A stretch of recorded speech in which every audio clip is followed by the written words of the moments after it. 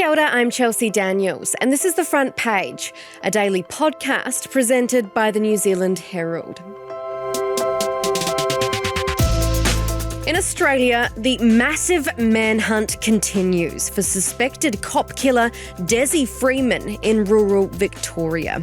Officers had gone to his remote property in Porepunkah with a search warrant, but were met with gunfire. 2 officers died at the scene. Now, hundreds of police officers are looking for the so-called sovereign citizen with a hatred of authority. Police have also announced a $1 million reward for information leading to his arrest. A former magistrate apparently issued a stark warning just weeks before the shooting about the sovereign citizen movement in the country. He had told Four Corners that governments are underestimating the reach and threats of these movements. So, how do countries deal with growing sects of anti-government conspiracy theorists? And what should New Zealand learn from the tragic events in Porepunkah? Today on The Front Page, University of Otago Associate Professor Stephen Young is with us to discuss these fringe groups and how we might deal with them in future. First off, Stephen, let's start with an easy one. What is a sovereign citizen? You say this is easy, but I'm not sure that it really is. A sovereign citizen it's an umbrella term that we use to refer to various groups. They're groups and individuals who largely believe that they are independent or they have a way out of the state. What we think as scholars and researchers, these people, what sort of ties them all together is that they use something called pseudo-law. And again, this is our term for them. They wouldn't see it this way. But we say they use a legal system that doesn't have any authority to us. But they think we have a corrupt system and they have the true law. So according to them, they have a law that sort of supersedes ours, I guess. And we say that they have a law that has no authority at all. It just looks like nonsense and gibberish to us. So that's essentially who sovereign citizens are. Yeah, because I did read somewhere that the term sovereign citizen isn't universally liked by those people. I suppose that, is there another term that they use to describe themselves or? You know, it's hard. There isn't a consistent term that they use because these movements, these groups are very diverse. They identify themselves in various ways. So it's not like we can say, oh, they're one thing and we can call them that. So part of the trouble that we have is terminological. We say they're sovereign citizens and they'll say, no, that's not us. That's an oxymoron. And then they'll sort of, describe why it is. We agree, it is an oxymoron. But that is a term that was used in the United States in the 1990s by some of these people. It's just that's sort of when this term became big. Well, it must be because they come from so many different groups. It must be quite difficult to kind of quantify how serious the situation is here, right? Yeah, that's right. It's really hard to quantify. I don't know how many there are. I have seen reports. There's an intelligence report and police report that says there's a dozen groups in New Zealand and maybe 1,200 people. But we don't know. That could be a huge underrepresentation. Probably is, considering how much we're seeing this sort of pop up.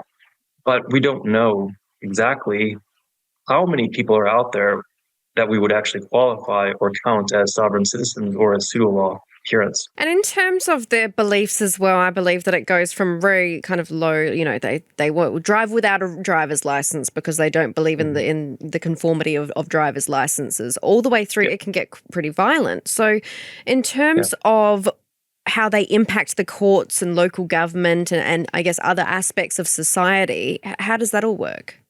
Yeah, that's another great question. There is a range of activities that they engage in. Some of them are more sort of paramilitary type of activity associated with militia movements. Of course, that's in the United States. We haven't seen that here in Aotearoa, New Zealand. I hope that we don't see that here. But there are some threats that sort of arise in the New Zealand context. The biggest one, and perhaps the most problematic, is that they file lots of paperwork. They're quite litigious, and they'll appeal. They'll appeal anything, including rates payments, rates increases. If there's a limb that sort of impacts their property anywhere, they will dispute this, they will appeal it. Usually, we would say, it's fine for people to dispute things and to use legal processes, but if they're also invoking legal conspiracies or archaic and irrelevant legal materials to do this, it's a waste of time. And that's the biggest problem, is that if local councils, if government actors, if courts have to spend resources responding to these requests or to these problems, that means they're not spending money on public needs, which are really important. It means that we, people who are complying, are actually paying for these conspiracies down the line. And this is a problem, I think. That's the largest one. The other is ideological, meaning they don't believe in government, they don't trust the state, and they're working in certain ways to undermine it. And as we pointed out, the third sort of area where there's a risk is with violence. It's a low risk, but it's still there. Yeah, and in terms of all of that paperwork and I guess clogging up the system, is there little to do about that because of democracy, I suppose? You're asking great questions. I think that there are ways to streamline it. I'm not sure that we've really sort of instituted policies to do this. I know that in courts, if there's indicia that the pseudo law and that the claim has no merit, the registrar can sort of flag this as a claim, and it can go to a judge, and they can say, okay, this has no merit, we're not dealing with it, just get out of court. And then they don't have to sort of ventilate the claim in court, which saves time in the long run. But it's still sort of an intensive process. As far as I know, local councils, employment tribunals don't really have processes in place. So when they see pseudo law, they can just sort of stamp it and reject it. And of course, local councils can't just reject things from citizens. They have to deal with them, which makes local councils kind of a target for this type of, overload of information.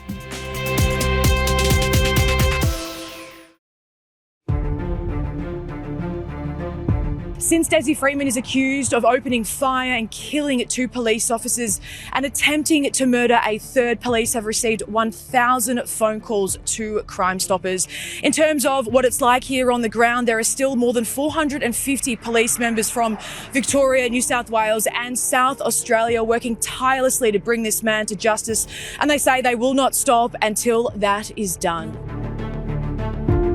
Now, of course, we're talking about this subject while police in Australia are looking for a man. His name's Dezi Freeman, and he is a so-called sovereign citizen. And I found it interesting, actually, in Australia, a couple of weeks before this incident happened, a former magistrate apparently actually issued a warning about sovereign citizens there. Yeah. In terms of here in New Zealand, should we be worried? That's hard to say. We haven't seen that type of violence from sovereign citizens here, but we know that they're active. And this indicates that there is a latent possibility of violence. I think, I don't want to be sort of prophetic or anything like that. I really hope that I'm wrong, but I think there is the possibility of violence. There's that report I mentioned from intelligence police even indicated that it's at some point it's likely that there's going to be some sort of unknown violence that occurs from these people. We just don't know when it's going to arise or how. We have seen very sort of low-level violence by sovereign citizens here. There was a common law sheriff that basically showed up at a council and attacked someone. And then another one went into a former mayor's house and declared that they owned the house. I'm not sure that counts as violence.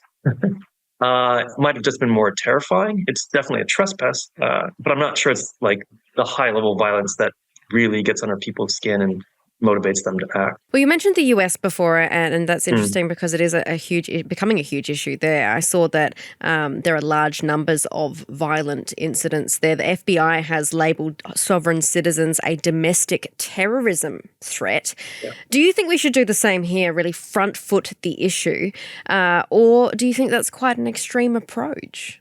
That is an extreme approach, and it is because of extremists. The United States has quite a few extremists.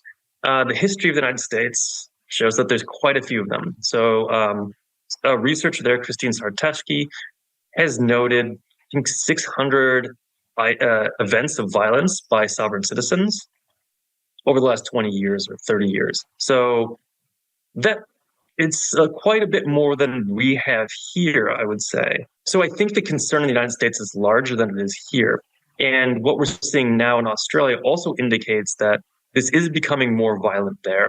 I don't know if that means it's going to become violent here. I think when we start to see indications that it is, I think we have to take that seriously. I will say, however, there already are indications that the government has responded to the serious threats. So they made a list of people that they thought could be sovereign citizens, and I think they've revoked gun licenses from 60 or so of them. So this is a preventative measure, and I think that the government has done a good job with that. I'm not sure that they need to declare them domestic terrorists here. I saw that experts in Australia who have been tracking the sovereign citizen movement there they say that there was a clear inflection point, and that was something over there called the Convoy to Canberra. It was a protest held outside Parliament House in early 2022. That was the largest protest ever held on the steps of Parliament in Canberra and was attended by citizens, anti-vaxxers and activists protesting COVID restrictions imposed by governments. Now, that sounds somewhat familiar, doesn't it? Yeah, it does. How did COVID exacerbate the growth and visibility of these groups? I would say COVID was an accelerant for sovereign citizen movement and for pseudo law here. Typically, whenever there is a societal crisis, people want to explain it in some way. COVID was particularly impactful because it's combined a bunch of things that people don't like doctors and medical intervention, telling people that they need to get shots. Having mandates about this really got under people's skin. It felt like, to many people, government intrusion, the ability to lock down the country, to prevent people from going out of their houses. That's a restriction of freedom of movement. If you believe that the government is doing things wrong, you might go look for reasons online for that. Unfortunately, many people found pseudo-law and found these sovereign citizen ideas. And that's why we think there has been such a growth in this movement since COVID. It's unfortunate, but I think it's kind of here to stay now. Do you think that even the presence of sovereign citizens and people who believe in pseudo-law is an indication that perhaps democracy is working, I suppose? I mean, what I'm getting at is, do you think there are any sovereign citizens in China? Or are there sovereign citizens groups in North Korea, if I was going to take it that far? Their presence alone, their presence alone and their ability to speak out against the government is an indication, surely, that we have a good democratic society. I like this question. I haven't heard this question before. So my sense is that people are allowed to speak out here. They have freedom of speech. So we hear about that in ways that maybe we wouldn't. This also means that the ideas travel online. It can spread easier. But I will also say, I think that the sovereign citizen movement and pseudo law grows when people feel like government's not working for them. So we might say, on the one hand, it's indicative that democracy is working. But on the other hand, I think they're also feeling inequality and problems in society, and they're looking for reasons to explain that. The problem is they're not really explaining it. They're finding conspiracy theories, right? And that's the problem here, that it's not helping solve the problem. It's actually compounding the problems. What do you think the government here could do in preparation, I suppose? And Is there any reasoning with these people? That's good. So there's two questions. The one is there reasoning with them? It's hard to say. I'm not directly involved in speaking to many of them. So I'm just sort of speaking based upon the research that I know. There's an indication that when people have these beliefs, you can't deprogram them. So when they believe that the government is corrupt, they're going to believe the government is corrupt. If they believe it's been taken over by a corporation, they're going to continue to believe that. There is some research that indicates if they're also suffering from mental illness, then they can be treated. That's not to say all these people are suffering from mental illnesses, but if they have mental illness, that can be treated. And this will also decrease their activity level. So they won't be necessarily online obsessive and spreading these messages, which means that there can be, I think, prophylactic measures adopted.